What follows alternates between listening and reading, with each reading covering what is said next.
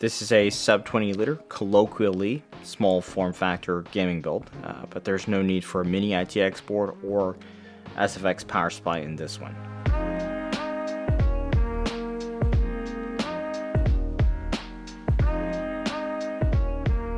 Welcome to Machines More. We're going to do another NCase M2 build today, another inverted build, but this one is an AMD build, and it is a bit different than the higher end focused build last week. This one is more focused on maximizing the budget, and for this one I've gone ahead and set it up with an example of components that will give you an excellent gaming experience while all fitting in this smaller form factor case. So for the M2, this is a case you have to put together yourself. We'll skip that. It is set up in inverted mode with standoffs in the mATX position, and it will have a full list of components down below, so do check out the links. Board I am using here is the Tough Gaming B850M mATX from ASUS. Compared to ASUS's B850-i, you will save about $80 US, but the Tough board does have some feature advantages, such as a whole host of rear USB ports, got 4 USB 2, 3 10G8 ports, 4 5G8 ports, 1 20G-C port. There's also more audio ports, 3 front M.2 slots with heat sinks. So other than being more budget friendly, it also offers more, so it's a good choice. CPU I'm pairing with this board is AMD's Ryzen 7 9700X, and that's one of my favorite CPUs for Ryzen 9000, as it offers a good blend of gaming and productivity performance for around only $310 US now. And it is a bit of a chameleon, because in its default 65 watt TDP mode, it is very efficient and easy to cool. But if you have the need for extra multi-threaded performance, you can enable the 105 watt TDP mode and get a boost there. DDR5 kit here is Corsair's Vengeance, which comes in RGB and non-RGB versions. For Ryzen, you do want to target a 6000 megahertz kit, so that's what we have here. 32 gigs in total. With the mATX board like this, you do have additional DIMMs, which you can leverage later on if you find a need to up your capacity to, say, 64 gigs in total, so you can just get another kit if you need.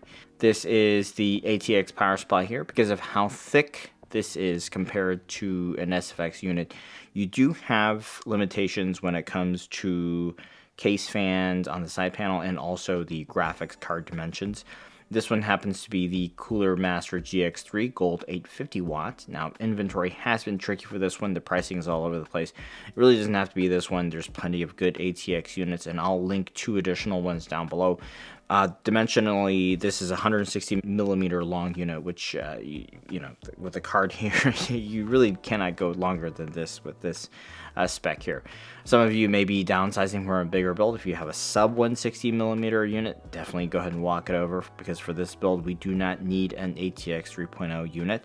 The GPU runs off of 2 8-pin cables. You will need to get the ATX bracket add-on for the NCase M2, and that will attach to the side of the case, and just make sure that you have it mounted to give as much clearance as you can for the graphics card.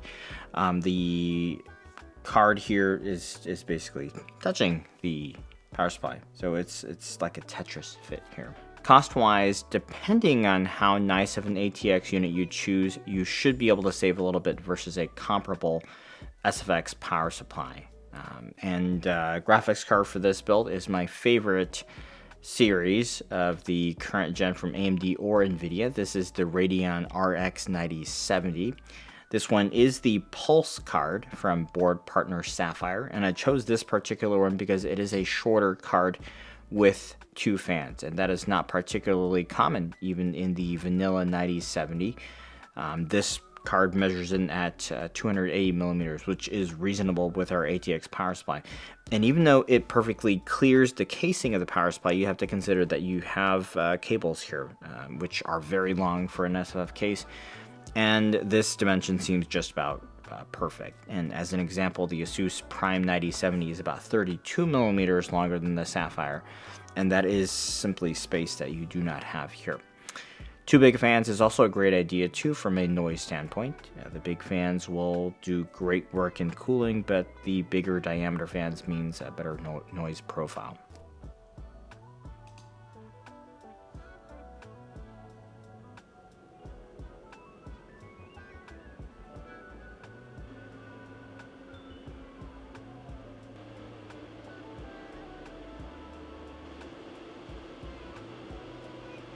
16 gigs of VRAM for the 9070. So this is a great card for any mid-range build today. The reason this card position works is also helped by the mATX board, by this tough board, which has its primary expansion slot in slot 2.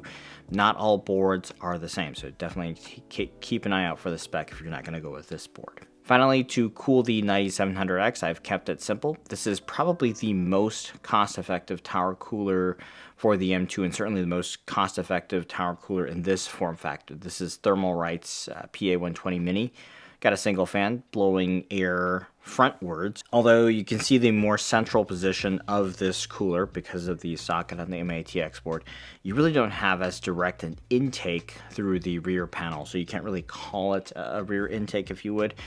You could put a case fan, a 92mm case fan at the back, although I have been hesitant using fan screws just because I don't want to mess up the finish on the case, so I'll be showing you the benchmarks as is without case fans. Due to the GPU's position relative to the outer panel, case fans are also very tricky. This is pretty tight up here, but also because it's so close and it's an inverted build, you don't have to worry too much because it's already able to draw air from the outside quite well, as this airflow is going to prioritize the GPU. So quick note, for this board, the first time I booted up, I got stuck at the DRAM light, even though the RAM was seated fine. What I did was just update the BIOS using BIOS flashback right away.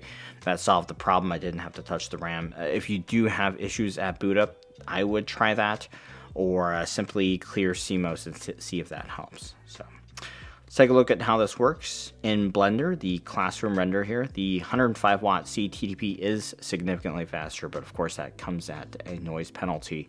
65 watt TDP mode is running nice and cool. The default hits 1000 RPM. 105 watt setting is pushing the temps though, and it does require 500 RPM higher fan speeds, and that's drawing about 220 watts here for the total system. For gaming, this would be an ideal 1440p machine. For Cyberpunk, high settings here, non-RT performance is excellent. With RT on medium, the 9070 does struggle in this title.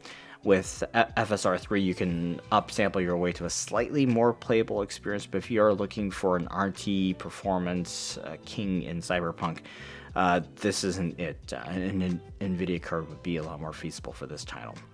With this setup, the GPU temps are great though. Really good temps with this card and the inverted case.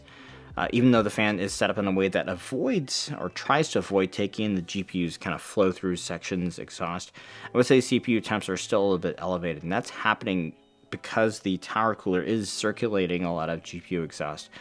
And where this setup could really benefit is at least 120mm fan, but that is the downside of this big power supply and mATX, because the position of the tower cooler and also size of this power supply limits us to only a small fan on the side panel. So while you could use one, that noise profile is not going to be great with those. One thing you really aren't able to do well with the bigger board and the bigger power supply is a case fan. So as an example, with an SFX and ITX board, you could place 120mm fans on both side panels. You could put two on the opposite side and one here, and that would really elevate thermal performance for the case. Total system here without RT on draws down roughly 360 watts. One more check for Monster Hunter Wilds at 1440p high. This is a very decent performance here. I think the 97 in general is just such a good card that offers a lot for the mid-range gamer. And just to note, the 9070 XT Pulse is not the dual fan version, so that's simply not going to fit within this form factor here. Typically, the choice of TDP configuration for the 9700X does not matter a whole lot for gaming, because even if you were to set it at the 105 watt cTDP level, it's not going to draw more than the 65 watt TDP max, which is 88 watts total package power for gaming. So it may occasionally spike to 90 if you were, set it up to the 105 watt cTDP option, but that's really not going to have a huge difference on your gaming performance. So your choice there will really be how much performance you are chasing for those heavy multi-core applications. Overall, this so-called ITX tax avoidance build does have some limitations for items such as the card's form factor and how many case fans you can have. Of course, the case will also run you a little bit more than your run-of-the-mill ATX case, but it is a boutique, high-quality case, and you do get a lot for how much this case costs. Here you are going to get a lot of value sticking with the mATX board and the ATX power supply. And so, this is a solid 1440p SFF gaming system with these parts. Hope you will join me for my Computex coverage coming up soon. Lots of fun news to share from Taipei. If you enjoyed this build, please give a like and make sure you are subscribed. Check out the links down below. And big thanks for watching today.